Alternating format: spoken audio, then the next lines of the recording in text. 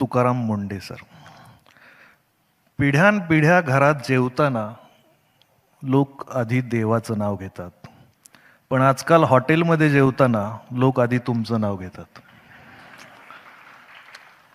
तुम्ही अन्न पदार्थात भेसळीच्या विरोधात उघडलेल्या जोरदार मोहिमेमुळे संपूर्ण देशात तुमच्यावर कौतुकाचा वर्षा होतोय, पण आमची अडचण वेगळी आहे.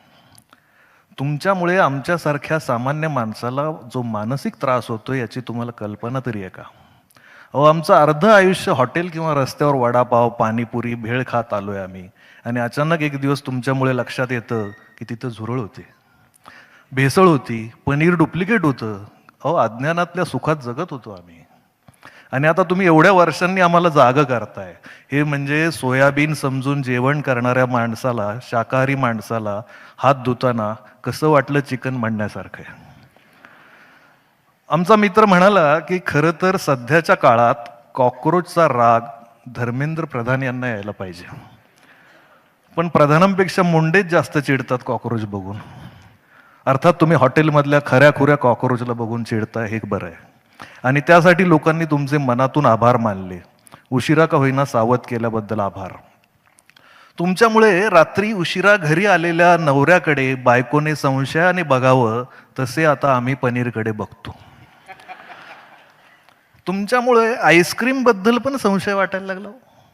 आमचा मित्र हातात आईस्क्रीमचा कोन आला की ऐश्वर्या रायचा फोन आल्यासारखा चेहरा करायचा.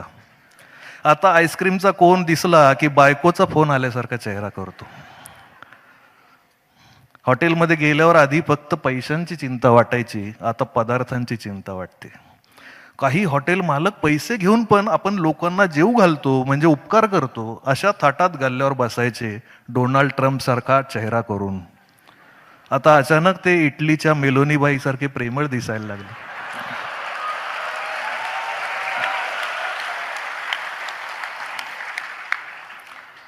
भेसळ हा विषय तुम्ही इतका डोक्यात घालून ठेवलाय की आता आम्हालाही जिथे तिथे भेसळ दिसू लागली. अहो साहेब, मागे नोटबंदी झाली होती तेव्हा देशातल्या 2-4 अभ्यासू आणि विद्वान पत्रकारांनी सांगितलं होतं की नवीन नोटांमध्ये चीप आहे. साहेब, लोकांनी त्या नादात नोटा फाडल्या, पण चीप काही दिसली नाही, तिथेही भेसळ. बातमीच्या नावाने आता न्यूज चॅनल सर्रास अफवा दाखवतात, पण पत्रकारितेतली ही भेसळ काही सहजासहजी थांबणार नाही. कारण कोणीतरी म्हणालंय, लोकांना मूर्ख बनवणं सोपं आहे, समजावणं अवघड आहे. त्यामुळे पण तुमचं काम किती अवघड आहे याचा अंदाज येतो. आमचा एक गावाकडचा मित्र एका भोंदू बाबाकडे गेला. बाबाने त्याला कसली तरी पावडर दिली आणि खा म्हणाला. 1 वर्षात तुझी स्वतःची नवी कोरी जीप येईल. मित्राची जीप काय आली नाही, पण बाबाची क्लिप मात्र आली मार्केटमध्ये. मित्र आता व्हॉट्सअप ग्रुपवर लोकांना मेसेज पाठवतो, निदान मला क्लिप तरी पाठवा. भेसळ अन्नात होते तेव्हा तिच्यावर वचक ठेवता येतो, मेंदूत भेसळ होते तेव्हा मात्र परिस्थिती अवघड असते. तुमच्याबद्दल एक जण सांगत होता, आजकाल तुकाराम मुंडे ट्रेंडिंग आहेत. मी माझ्या पोस्ट तुकाराम मुंडे हॅशटॅग वापरून टाकतो.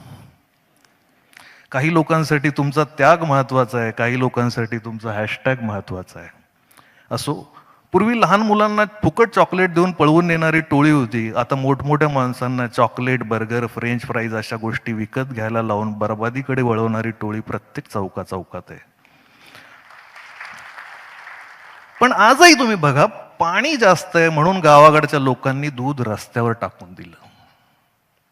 पण तुम्हाला एकदा तरी दारू रस्त्यावर ओतून दिलेले हरामखोर व्यापारी दिसले? तुम्हाला एकदा तरी गुटखा फेकून दिलेले नालायक शेठ दिसले? शेतीत कर्ज झालं म्हणून आत्महत्या करणारा शेतकरी आणि व्यापारात देशाला गंडा लावून परदेशात पळून जाणारे व्यापारी, लहान पोरांच्या खाण्यात रंगाची भेसळ करणारे लोक कधीच या देशाच्या तिरंग्याचे होऊ शकत नाहीत.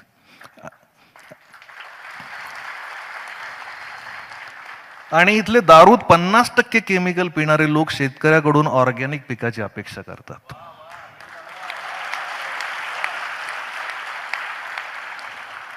शहरात टोमॅटो केचप सडलेला चालतो, पण भाजीवाल्याकडे वांग किडलेलं चालत नाही. या लोकांना कसं सांगणार, जे अस्सल आहे ते ओबडधोबडच असणार, जे संघर्षातून तुकाराम मुंडे होतो तो कठोरच वाटणार. कारण जे जे ऑर्गॅनिक आहे ते असंच एकाच आकारात मिळणारी नाजूक आणि सुंदर फळं मालकाने केमिकलचं इंजेक्शन दिलेली असतात. तुकाराम मुंडे यांच्यासारखं गावरान बीज आपले संस्काराचे आणि मातीचे मूळ गुण सोडत नाही. ते नाठाळाच्या माथी हाणू काठी असंच म्हणणार, कायम म्हणणार.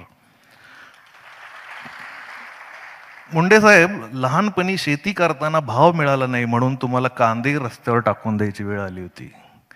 घरात दुभती जनावरं असताना कोरा चहा प्यायची वेळ आली होती. फक्त शेतकऱ्याच्या नशिबातच ही साडेसाती का?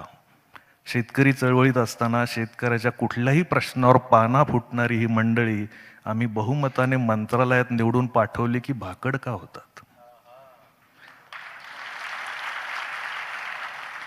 आम्ही ज्यांना गरीब गाई समजून धष्टपुष्ट करून विधानसभा विधान परिषदेत पाठवतो त्यांच्या भोवती वासरं नाही लांडगे कसे जमा होतात?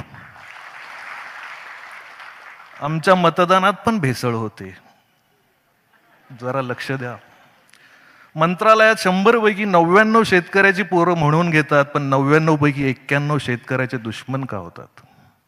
मुंडे साहेब, तुम्ही या भ्रष्ट व्यवस्थेला धडा शिकवला. तुमचे आभार मानणार नाही, कारण तुम्ही तुमचं कर्तव्य केलं.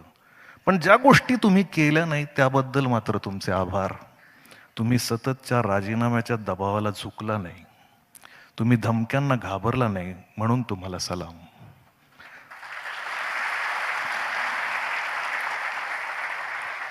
व्यवस्थेला जाब विचारणाऱ्या महाकवी संत तुकारामांचं नाव तुम्हाला देणाऱ्या दूरदर्शी आई वडिलांना साष्टांग नमस्कार. ताजा कलम, तुम्हाला अन्न पदार्थातली भेसळ कळते, पण एक सांगावं वाटतं, आजच्या जमान्यात कौतुकातही भेसळ असते.